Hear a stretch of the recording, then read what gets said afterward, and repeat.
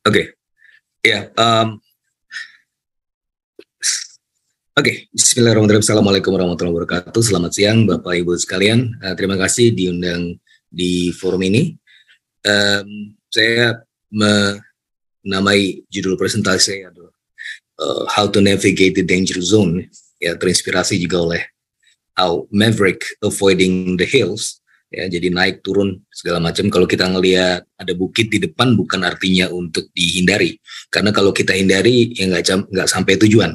Ya, salah satu caranya adalah kemudian melakukan manuver-manuver yang baik, gitu ya. Yang mana itu membutuhkan profesional di bidangnya. Makanya Maverick kemudian mengumpulkan the elites of the elites dari para fighters, ya, untuk kemudian melakukan perjudian.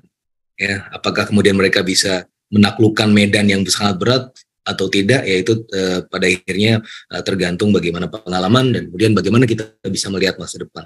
Ya, jadi kita memang berada dalam danger zone tersebut.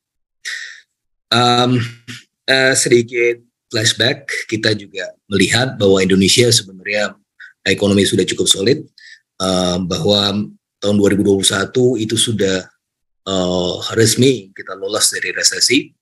Karena di tahun 2020 kita tumbuh negatif dan masuk wilayah technical recession. Technical recession adalah ketika 2 kuartal berturut-turut yang berdasarkan konsensus yang juga merefer pada NBER. Kalau 2 kuartal berturut-turut kita resesi, tumbuh negatif, artinya itu masuk wilayah resesi. Dan sepanjang tahun 2021 kita tumbuh positif, ya, quarter demi quarter, dan overall kita sudah menghindari resesi tersebut. Tetapi ya kita melihat juga bahwa tahun 2022 ini recession is also looming, ya, meskipun kita lihat tentu dampaknya buat Indonesia berbeda dengan negara-negara yang lain. Di sini kita juga melihat bahwa ada satu atribut kecil, ya, dari pandemi yang kita sudah sedang lihat masa akhirnya, ada adopsi yang lebih tinggi dari sisi teknologi digital. Nah, inilah yang kemudian menjadi salah satu quote unquote penyelamat atau how to navigate the potential crisis, terutama di sisi supply chain dan seterusnya. Ya itu memang inevitable, ya, sebagaimana Thanos menjentikan jarinya. Tetapi di sini kita juga melihat scenario tertentu bagaimana kita bisa menavigasi hal-hal tersebut. Nah, untuk Indonesia sendiri, yang berdasarkan beberapa simulasi yang kami lakukan, pertama, kalau kita melihat sumber gejolak. Nah, sumber gejolak ada 2 besar. Yang selama 2-3 tahun terakhir, itu yang paling pertama adalah COVID. COVID ini adalah unprecedented dan dia bukan merupakan traditional macroeconomic shocks, tetapi dia tiba-tiba merangsek menjadi papan atas, bahkan nomor 1, ya, meskipun dia unprecedented. Nah, kontribusinya terhadap di overall gejolak itu 17%. Ya, banyak sekali faktor gejolak, tetapi ini yang paling tinggi, ya, COVID-19, meskipun dia unprecedented. Berikutnya, yang ranking 2 setelah COVID itu adalah inflasi. Inflasi itu sekitar 15-16%. Nah, ada beberapa hal yang juga cukup menarik. Kita bear in mind, kita 2 hal itu, ya, COVID, kemudian yang kedua adalah inflasi. COVID, ya, berdasarkan penelusuran baik kualitatif maupun kuantitatif, kita juga tim kami juga melakukan beberapa penelusuran dengan beberapa ahli pandemi bahwa tahun ini seharusnya sudah mulai masuk wilayah endemi. Meskipun ada peningkatan kasus, tetapi bed occupancy rate, fatality rate, dan seterusnya itu masih terkendali. Setidaknya ini kita dapatkan dari 4 orang. Yang pertama adalah Pandu Riono, yang kedua adalah Diki Budiman, 3 orang, ya. Yang ketiga adalah Wamenkes, yaitu Dr. Dante. Nah, ini sepertinya, ya, kalau kita mencoba untuk melakukan triangulasi kualitatif, kita akan melihat bahwa, ya, pandemi turun probabilitanya untuk kemudian melonjak dan menjadi merusak sebagaimana yang 2 tahun terakhir. Tetapi ada yang lain yang sedang mengintai, yang tadi juga disampaikan oleh Pak Makmur. Tapi saya akan sedikit menceritakan mengenai teknisnya, kenapa itu bisa terjadi dan bagaimana itu bisa muncul di Indonesia. Untuk Indonesia sendiri berbeda dengan negara-negara lainnya. Jadi Morgan Stanley pernah menyampaikan 3 hal Saya kutip satu yang relevan di sini. Jadi ada 3 hal yang membuat perekonomian Indonesia bangkit ya di tahun 2022 dan juga di tahun 2023. Tapi ada satu hal yang sekarang terkait dengan inflasi. 2 hal lain nanti saya akan ceritakan belakangan. Inflasi yang dialami oleh Indonesia berbeda dengan inflasi yang dialami oleh negara-negara lain. Ya, memang kita punya tekanan dari sisi supply, tetapi tidak sebesar dari negara-negara lain. Kenapa? Karena dari sisi komoditas kita oversupply. Kecuali minyak bumi, kita melihat seperti batu bara, besi baja, produk-produk agriculture, even CPO kemarin itu bukan masalah di supply CPO, ya itu masalahnya di sisi hilir, ya tata kelola di minyak goreng ya, bukan CPO-nya, jadi produk lainnya. Jadi dari situ kita melihat kondisi oversupply, input produksi juga secara umum masih oversupply, ya pupuk kita masih tersedia, bahkan mau diekspor, alat-alat berat untuk pertambangan kita juga masih tersedia, bahkan Pak Jokowi beberapa waktu yang lalu mentargetkan swasembada beras. Nah ini kan suatu hal yang sebenarnya luar biasa ya, di masa-masa penuh derita seperti ini. Tapi itu adalah hal yang sebenarnya menjadi atribut ya penghela nafas ekonomi kita selama beberapa tahun terakhir. Tapi ada tapinya ya. Ketika kita melihat bahwa di tahun 2021 ya surplus perdagangan kita menyentuh rekor tertinggi semenjak tahun 2006 ya 36 miliar US dollar. Itu mayoritas berasal dari komoditas. Nah, kita running berapa simulasi lagi. Nah, simulasi yang kita lihat bahwa memang ekspor di komoditas ini akan menghasilkan wilayah yang positif ya terhadap perekonomian, terhadap GDP atau produk domestik bruto. Hanya di kuartal-kuartal yang terbatas ya, jadi mungkin 1 atau 2 kuartal saja. Nah, setelah itu ya dia akan mengalami efek kontraksi terhadap pertumbuhan ekonomi. Kenapa? Karena input produksi ini yang seharusnya kita kelebihan, ya ini didorong keluar, diekspor, dijual. Nah, yang terburuk adalah ketika kita melihatnya ini dampak terburuknya mungkin akan terjadi antara kuartal 4 ya sampai kuartal ke-8 ya. Artinya dari sini kita akan melihat akhir tahun ini, tahun 2022 sampai dengan kuartal ke-3 atau ke-4 di tahun depan itu kita akan mengalami masalah dari sisi input produksi.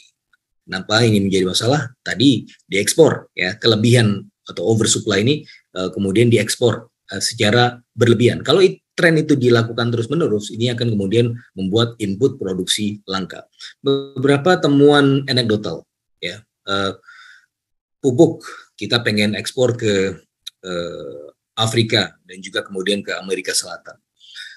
Tapi kita juga harus tahu bahwa memang pupuk ini memang oversupply, tetapi jangan sampai langka, gitu kan? Kita belum mencapai tahap masa tanam yang optimal. Krisis di Sri Lanka salah satunya adalah karena kelangkaan pupuk. Nanti saya akan ceritakan di bawah.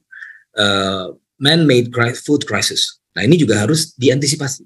Ya, jadi ibarat Nabi Yusuf mentakwil mimpi raja, 14 tahun, 7 tahun kemakmuran, 7 tahun kesulitan. Jangan sampai ketika kita makmur kita lupakan sulit. Nah ini yang kemudian harus kita lihat. Dan bagaimana kita harus kemudian mampu mengkonserve itu. Masalahnya lagi, kalau misalnya ini tadi kan mungkin Bapak Ibu bertanya, kenapa bisa pertumbuhan ekonomi itu kita bisa negatif ketika kita mengekspor komoditas? Input produksi itu salah satu hal yang dibutuhkan oleh industri. Nah, industri ini ketika langka inputnya, maka tentu dia akan melambat produksinya. Nah, secara makro ini akan kemudian melunturkan ya ekspektasi terhadap pertumbuhan ekonomi kita ke depan. Dan pada akhirnya akan muncullah wilayah stagflasi, di mana di satu sisi pertumbuhan ekonomi mengkerut, di sisi yang lain inflasi naik, tapi inflasi naik karena memang dorongan atau tarikan dari sisi produksi. Inflasi yang sehat adalah inflasi yang didorong oleh demand. Nah, demand kita sekarang lagi momentum yang dalam kondisi yang coba dipulihkan. Makanya Bank Indonesia kemarin baru diumumkan nih melalui rapat Dewan Gubernur bahwa suku bunga kita 3,5%. Tetap, meskipun yang the Fed udah naik terus, kita tetap 3,5%. Karena pertama, karena menjaga momentum pertumbuhan. Yang kedua adalah karena ada atribut-atribut lain. Atribut-atribut lain ini sebenarnya muncul selama COVID. international reserves kita berbeda dengan kondisi tahun 1998. International reserves kita cukup memadai. Salah satunya memang dipicu oleh penumpukan surplus perdagangan, gitu ya. Sehingga Bank Indonesia dalam hal ini bisa men-stay level 7 days repo rate di level 3,5%. Tapi di sisi yang lain bisa melakukan intervensi yang memadai di pasar dengan international reserve yang memadai. Artinya kita tidak masalah dari sisi likuiditas. Dan Bank Indonesia mencoba untuk menjaga momentum pertumbuhan itu. Nah, di sisi yang lain kita akan punya potensi stagflasi kalau kita tidak berhati-hati, karena akan muncul inflasi lewat sektor produksi. Karena apa? Langka. Ketika kita butuh barangnya nggak ada. Yang lain yang juga kemudian terkait secara tidak langsung dengan krisis Rusia, bahwa Jerman itu karena dipotong gasnya dari Rusia, maka mereka mencari sumber energi alternatif. Karena ini kalau tadi slide-nya dari Pak Makmur ada Black Swan atau White Raven. Ini saya lihat ada White Raven. Karena White Raven ini artinya winter is coming, gitu kan. Ini memang masuk musim panas, tapi ketika musim dingin di Eropa ya atau di negara-negara barat, ini kan permintaan energi akan meningkat, gitu kan. Makanya mereka antisipasi dalam hal ini untuk kemudian beralih bukan ke renewable energy sih, karena udah mahal sekarang. Mereka alihnya kemana? Yang mereka sudah scrap beberapa waktu yang lalu, yaitu batu bara. Nah, masalahnya ketika mereka beralih ke batu bara, mereka mau impor dari tempat-tempat lain yang masih menambang batu bara. Salah satunya adalah Indonesia. Karena mereka nggak punya lagi alat beratnya sudah di-scrap. Dan ketika kalau diimpor kita mengekspor semua, data dari asosiasi menyebutkan bahwa kalau misalnya kita ekspor ini semua, ya kebutuhan ini buat negara-negara Eropa, bahkan kita harus mengimpor untuk mengekspor. Gitu. Jadi jangan sampai terjadi kelangkaan di masa depan. Memang KPI dari Kementerian Perdagangan adalah surplus perdagangan, tapi ini harus lihat kepentingan bersamanya apa. Gitu. Jadi ini dalam hal ini fungsi koordinasi dari Menko Perekonomian harus ketat sekali. Oke, nah ini bagaimana dengan efek Rusia?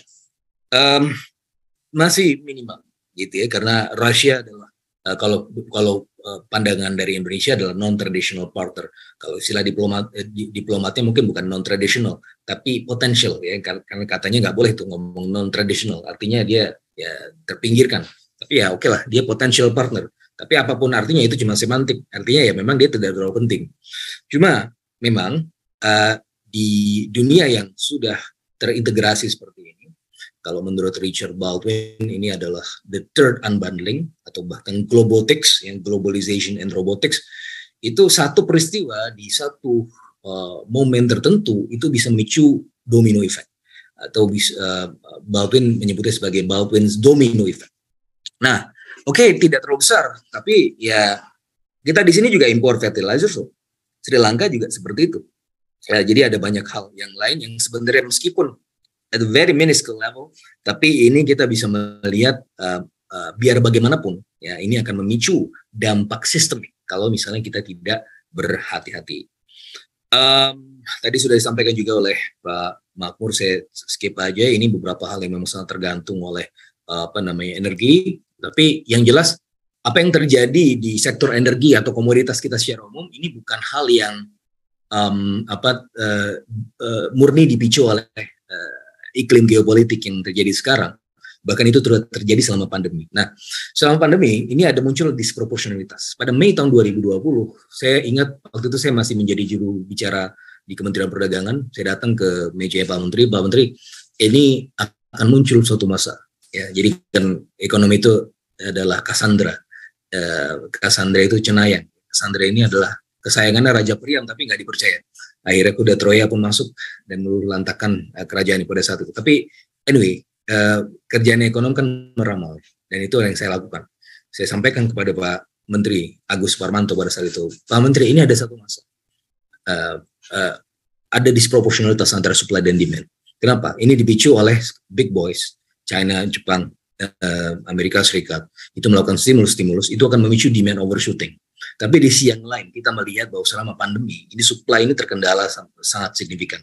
Orang di PHK, supir truk ini kemudian harus kembali ke rumahnya, masa tanam tertunda, ya, pegawai-pegawai restoran di PHK dan seterusnya. Nah, artinya ketika masa recovery ini stimulus itu memberikan lonjakan yang cukup signifikan dari sisi demand, tapi supply-nya ini lambat menyesuaikan, sehingga muncullah disproporsionalitas tersebut. Nah, pada akhirnya ini memicu apa? Kenaikan harga-harga komoditas global, ya, energi dan seterusnya. Ini sudah berawal di situ. Makanya Janet Yellen dan Jerome Powell beberapa kali menyampaikan bahwa this is only a transitory inflation. Cuma sementara aja. Jangan takut, kita tidak akan terkendala ya dengan inflasi yang terjadi. Justru ini yang kita butuhkan. Karena ini terjadi karena lonjakan permintaan. Transitory. Beberapa kali ya disampaikan ini transitory. Sampai pada suatu ketika Rusia menginvasi Ukraina, ini yang kemudian menjadikan mereka melihat this is no longer a transitory inflation. This will be a runaway inflation. Ya, kan makanya yang mereka lakukan adalah menaikkan suku bunga. Ya, proses demand destruction. Demand-nya ditarik supaya kemudian sampai ke level supply-nya supaya tidak kemudian terlalu tinggi inflasi. Nah, ini yang harus kita perhatikan juga, bahwa geopolitik ini justru memang memperparah apa yang kita alami sebelumnya gitu. Dan ini kemudian kita harus berhati-hati. Nah, terkait dengan tren inflasi, ini adalah proyeksi yang kita lakukan. Kemarin bulan Juni year on year 4,35% tadi. Sebenarnya tanpa subsidi ini bisa 5,03%. Suatu hal yang inevitable ya. Cuma beberapa kali saya sampaikan ya bahwa jangan ini kasihan Pertamina. Kasihan juga APBN-nya bengkak ya. Jadi yang harus dilakukan adalah sebagaimana disampaikan oleh Ben Olken dari MIT dan Ren Mahana dari Harvard. Ini kalau bisa langsung aja ke the most vulnerable people ya, langsung pakai bansos BLT. Orang-orang juga ngelihat bahwa apa sih, ngapain kasih bansos, ngapain kasih BLT. Tapi itu adalah saat yang berguna karena kita menjaga the most vulnerable people di sini. Kalau misalnya kita menjaga tadi stabilitas politik yang tadi disampaikan oleh Pak Makmur, inilah caranya. Oke, memang betul kenaikan harga BBM bisa memicu itu, tapi ibaratnya bisul, inflasi kalau saya ibaratkan bisul, naik terus, kemudian dicoba ditekan ya oleh subsidi tadi dengan cara yang tidak wajar. Akhirnya kalau pecah itu jadi penyakit. Nah, jadi fokus aja kita ke most vulnerable people ini. Kalau enggak ini nanti pecah kemana-mana, lebih devastated. Tapi itu menjadi topik perdebatan antara ekonomi yang juga sampai sekarang juga masih tetap menggelora. Tapi anyway, ya ini seharusnya bisa sampai 5,03%. Kalau in natural intervention itu akan menyebabkan ini ya bubble-nya akan pecah, mungkin bisa jadi lebih cepat. Maaf waktunya udah habis, tapi aku kasih 2 menit aja ya Mas terakhir. Ini yang paling penting, ini slide-slide yang paling penting. Yang menjadi masalah sekarang adalah gap antara Producers Price Index dengan Consumer Price Index. Itu gapnya sudah tinggi sekali. Nah, artinya produsen masih menjaga supaya ini transmisi dari apa yang mereka alami gitu, tekanan harganya tidak langsung menjalar ke konsumen. Kemudian ini yang kemudian kita lihat ada periode shrinkflation ya. Jadi kalau kita belanja nih ya, barang-barang semakin kecil ya, tapi harganya sama ya. Kayak itu adalah cara produsen mengakali kenaikan harga. Tetapi shrinkflation ya Mas namanya sekarang. Shrinkflation. Nah, jadi kalau kita juga running simulation, how probable ini kemudian ditransmisikan ke level konsumen. Jadi apa yang kita sebut sebagai Gauss-Markov switching regime dari gap ke narrow, ini probabilitas terjadinya transmisi tersebut dari produsen ke konsumen itu secepat-cepatnya di kuartal 3 tahun 2022. Jadi kita harus berjaga-jaga ya. Jadi itu heads up buat kita semua. Krisis Sri Lanka tadi sudah disampaikan oleh Pak Makmur, tapi kita juga harus melihat bahwa apa yang mereka alami mungkin agak berbeda dengan apa yang kita alami. Sehingga kalau misalnya kita lihat benar nggak kita resesi ya. Ini adalah survei yang dilakukan oleh para ekonom ya. Kita para ekonom dikirimin secara rutin, ada yang weekly, ada yang monthly. Ini adalah special edition ya untuk kemungkinan resesi.